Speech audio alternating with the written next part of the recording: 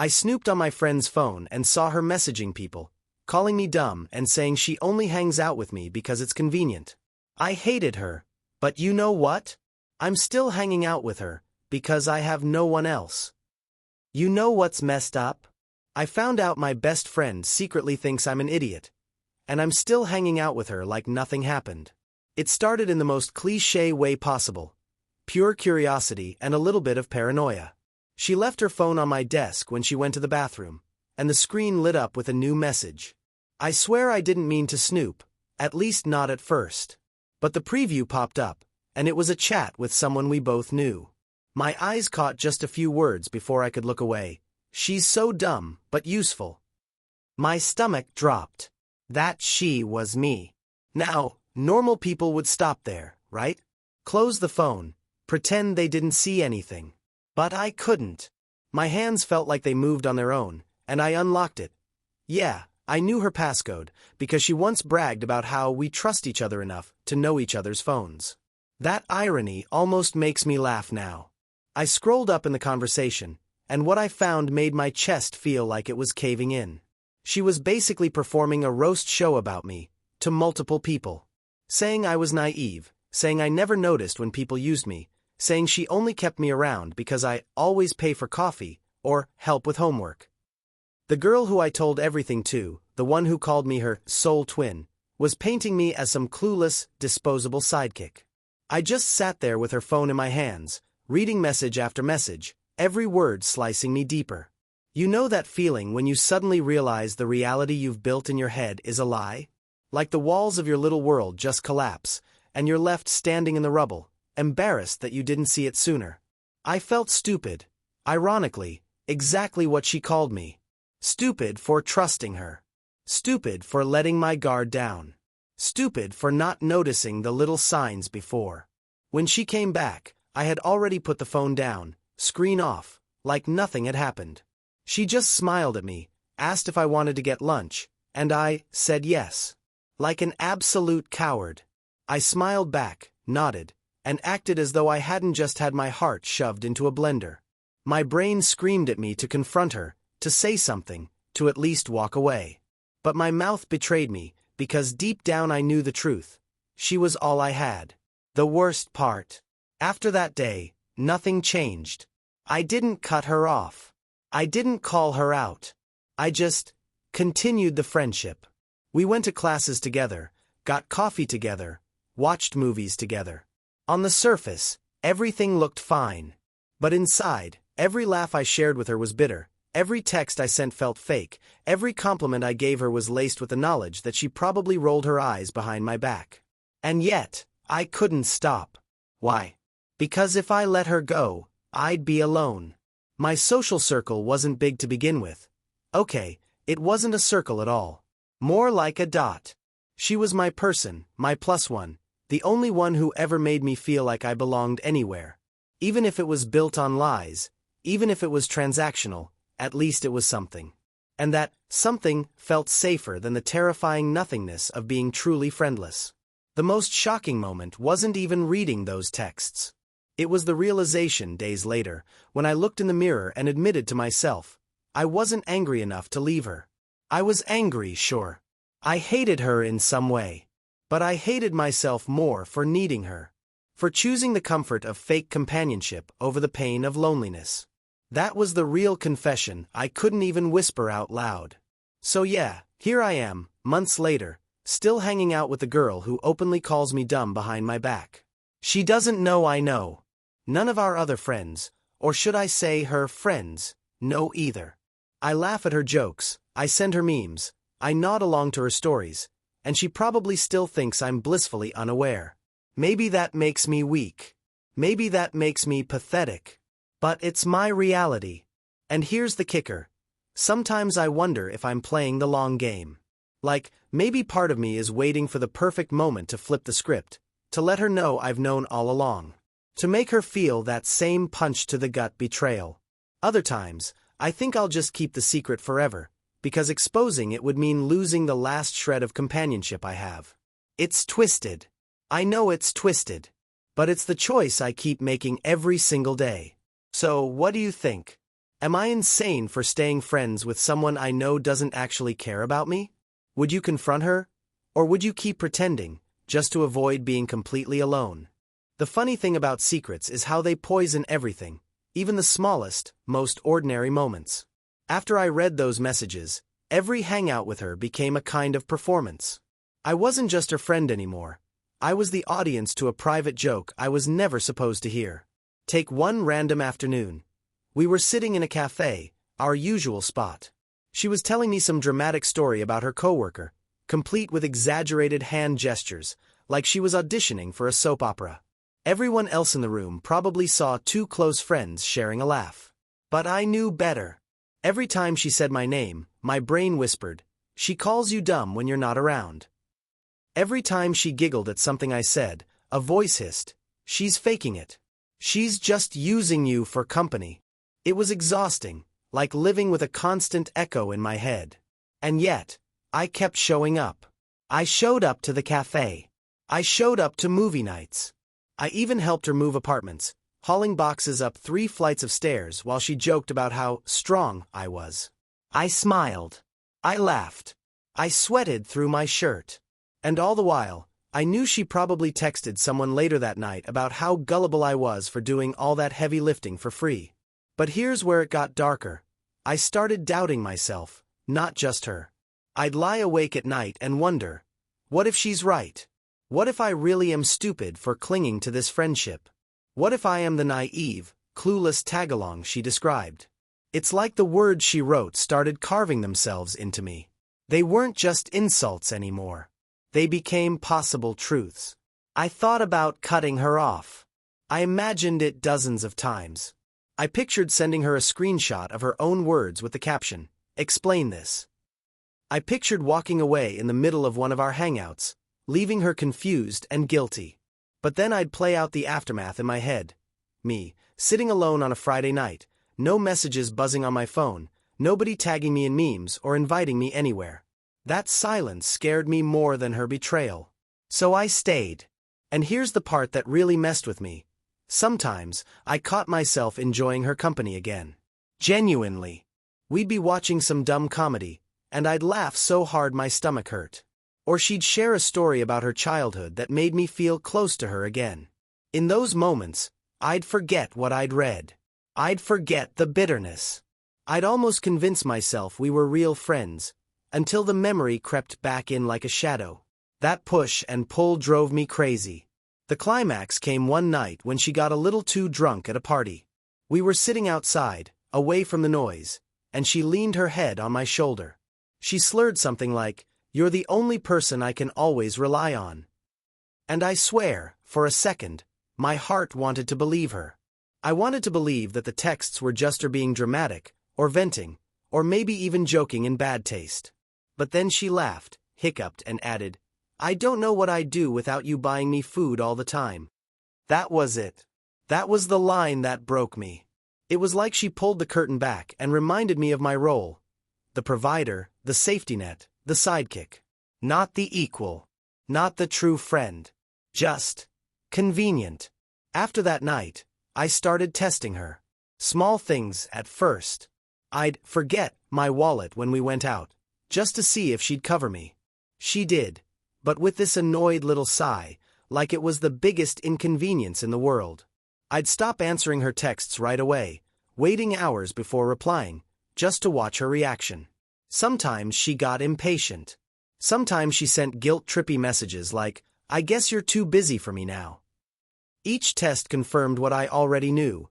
The friendship was lopsided, and I was the one holding it together. And yet, I still didn't leave. That's the part that makes me the most ashamed. Knowing everything I knew, feeling the sting of every little betrayal, I still clung to her like a lifeline. Because the alternative, walking away and facing total loneliness, felt unbearable. Now, here's the secret no one knows. I started keeping a diary. Not the fluffy kind with pink pages and stickers, but a grim little notebook where I wrote down every time she used me, every backhanded comment, every moment where I felt invisible or taken advantage of. I called it the evidence.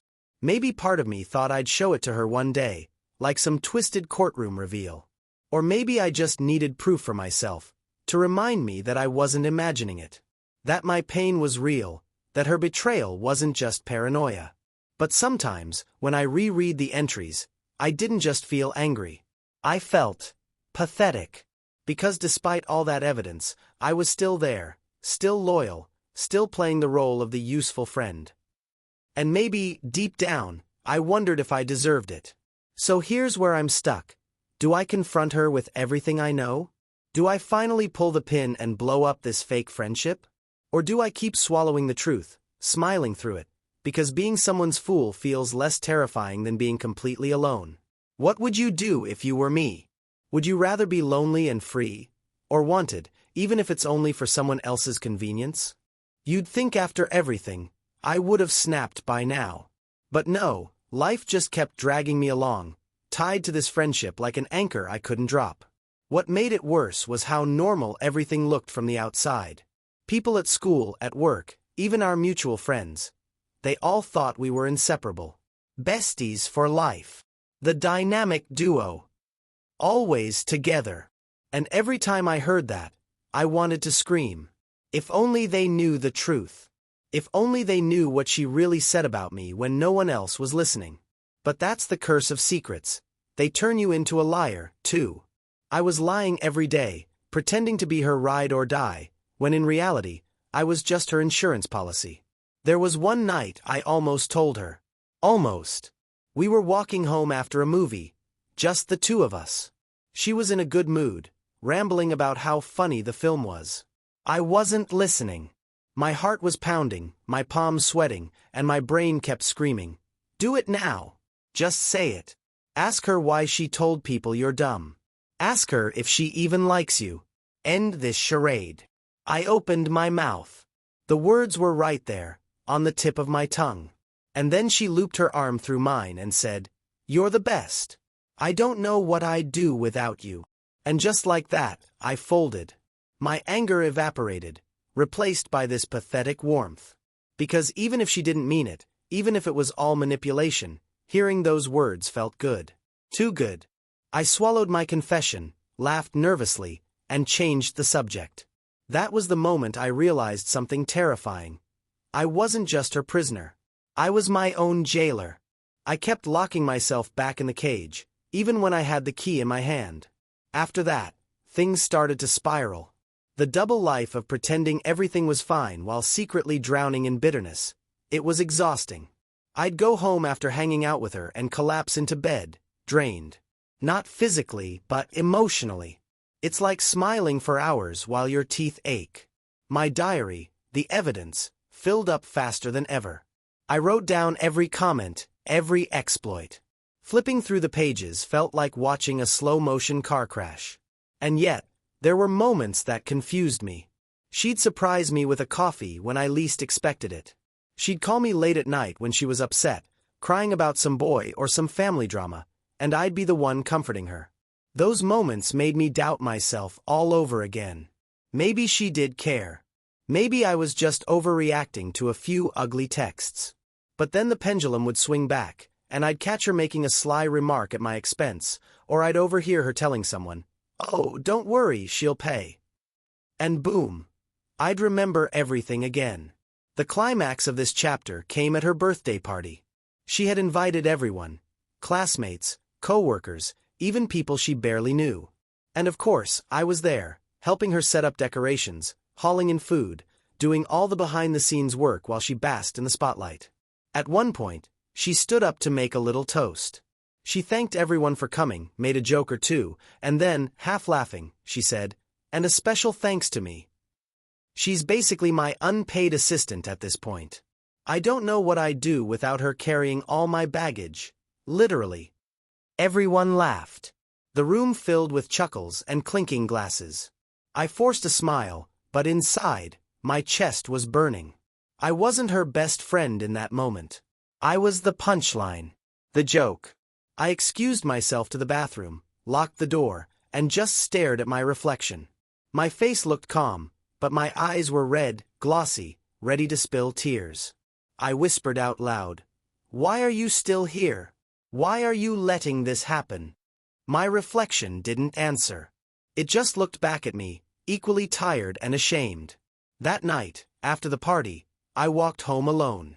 My phone buzzed with a text from her. Thanks again for everything tonight. Couldn't have done it without you, 2 hearts. I stared at the message for 10 minutes, thumbs hovering over the screen, debating whether to finally say it. To finally reply with, "Do you even realize how much you use me?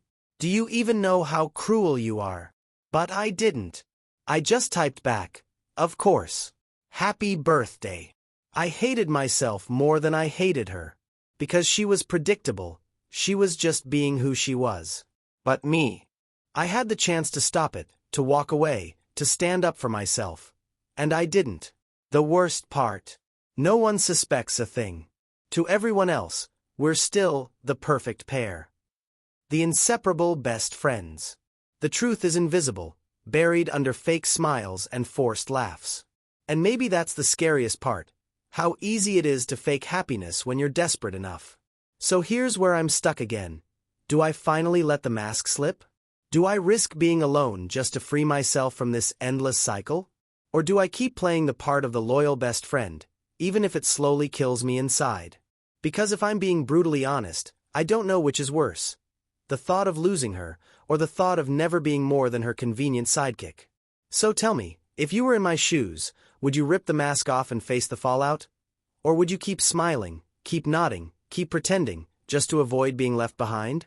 You know that saying, everyone has a breaking point?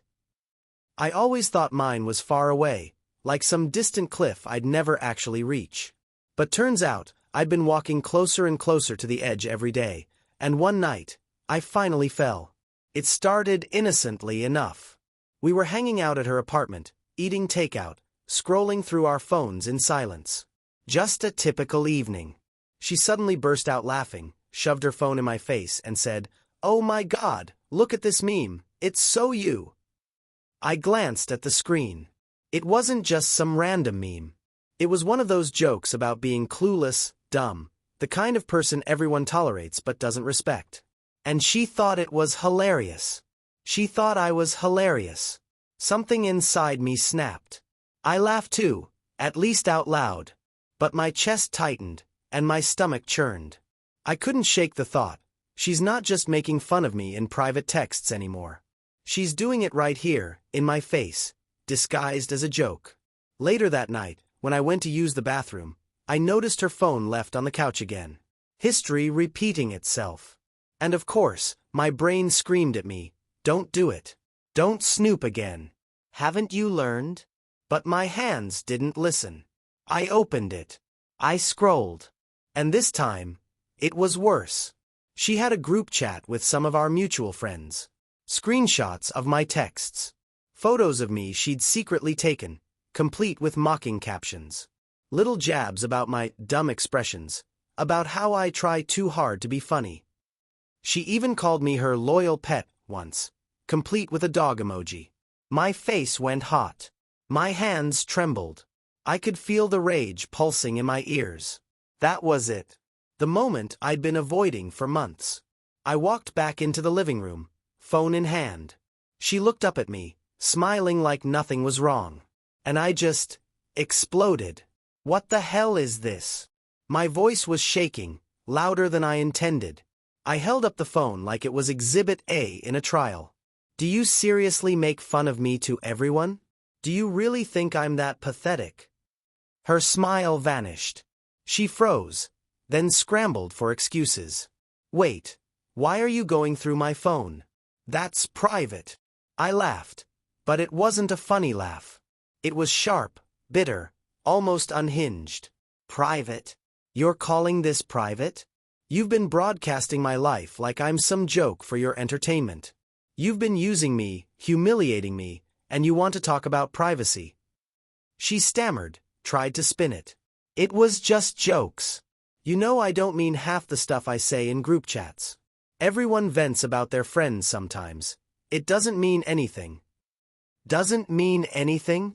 I snapped. Calling me dumb. A pet. Posting my pictures without me knowing. Using me for coffee, rides, homework. That doesn't mean anything to you. My voice cracked on the last words. I hated how raw I sounded, How desperate. She rolled her eyes, like I was the one being ridiculous. You're overreacting. If you were really hurt, you would have said something sooner. Honestly, it's kinda creepy you've been sitting on this for months instead of just talking to me. That sentence cut deeper than anything else. She twisted it around, made me feel like the crazy one. And for a split second, I almost doubted myself. Maybe I was overreacting. Maybe I should have confronted her earlier. Maybe I really was pathetic. But then I remembered every line I'd written in my diary. Every moment I swallowed my pride just to keep her around. Every fake laugh, every fake smile. And the doubt turned into fire. No, I said, my voice low but steady. I'm not crazy. I'm not overreacting. I let you walk all over me because I was scared of being alone. But you took advantage of that.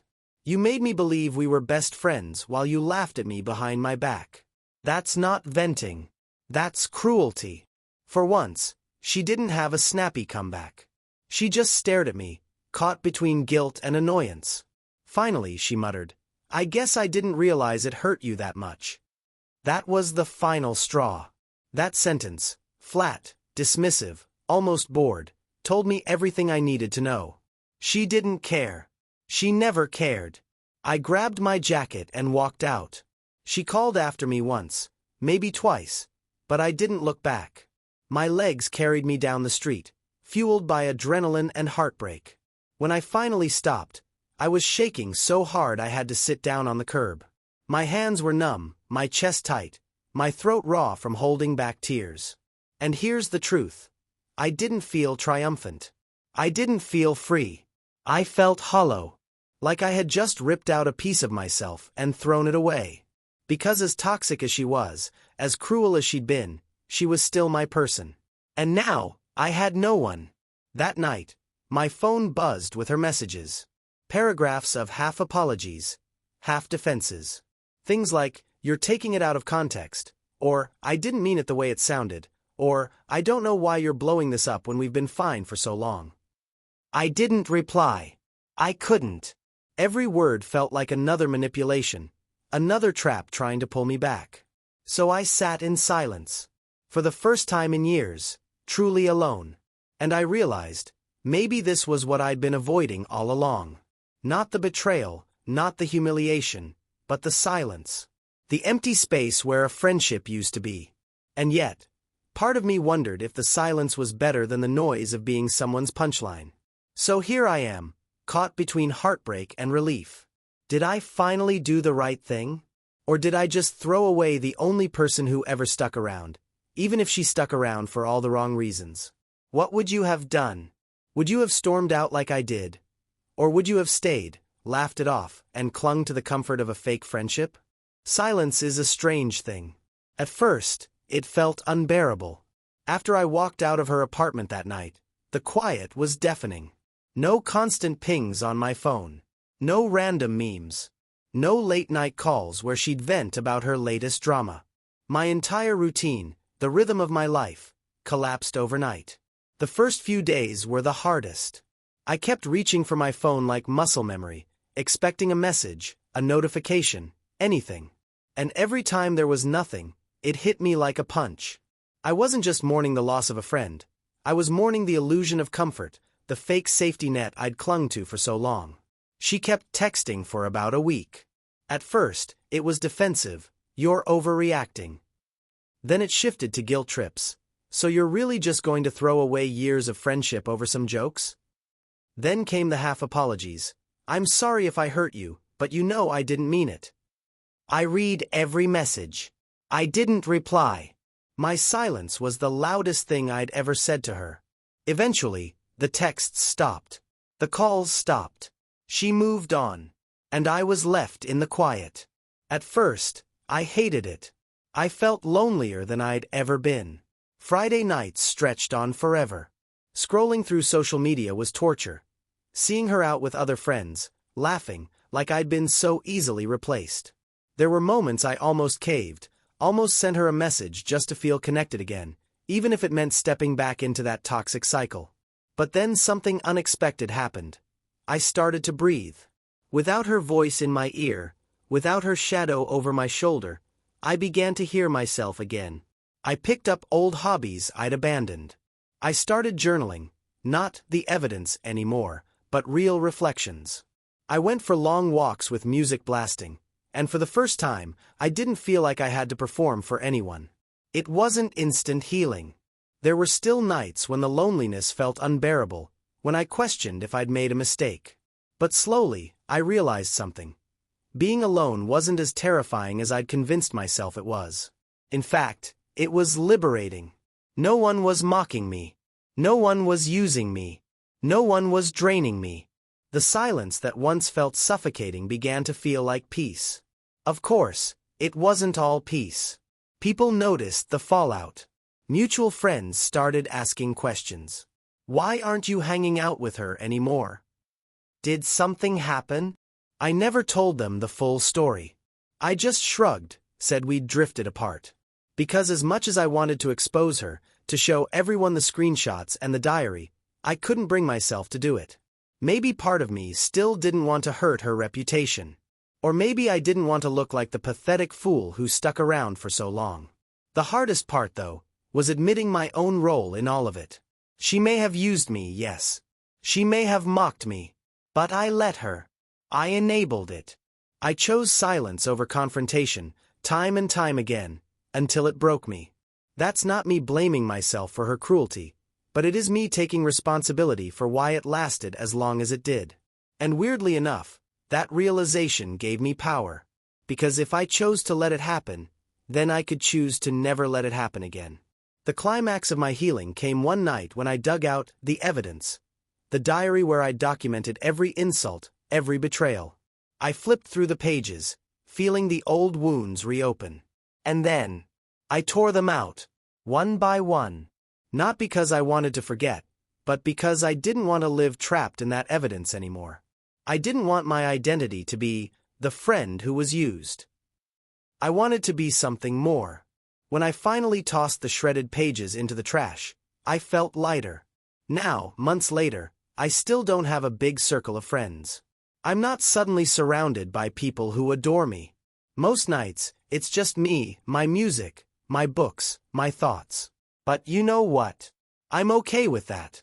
Because for the first time, I'm not clinging to someone who secretly despises me. I'd rather have empty space in my life than fill it with poison. And here's the twist. Sometimes, she still lingers in my head. I'll hear a song we used to sing together, or pass the cafe where we always met, and I'll feel that pang of nostalgia. Part of me misses her. Or maybe not her, but the version of her I believed in, the best friend, who never really existed. It's like grieving a ghost. The difference now is that I don't run from that feeling. I let myself miss her. I let myself feel the loss. And then I remind myself why I walked away. Because missing someone is human. But going back to them would be self-destruction. So here's my confession, the one I've been circling around all along. I'm not ashamed of walking away anymore. I'm proud of it. Proud that I finally chose myself, even if it meant sitting in silence. Proud that I stopped playing the loyal sidekick in someone else's story and started writing my own. But I'll be honest, I still wonder sometimes. Did I do the right thing? Was cutting her off the only way, or could I have salvaged something from the wreckage? Could we have fixed it, if I'd been braver sooner? Or was it always doomed, from the very first time she called me dumb behind my back? I don't have the answer. Maybe I never will. So I'll leave it with you. What would you have done? Would you forgive someone who used you, if it meant keeping the comfort of not being alone? Or would you walk away, even if it meant facing the silence? Because that's the choice I made. And some nights, I still lie awake, wondering if you would have chosen differently.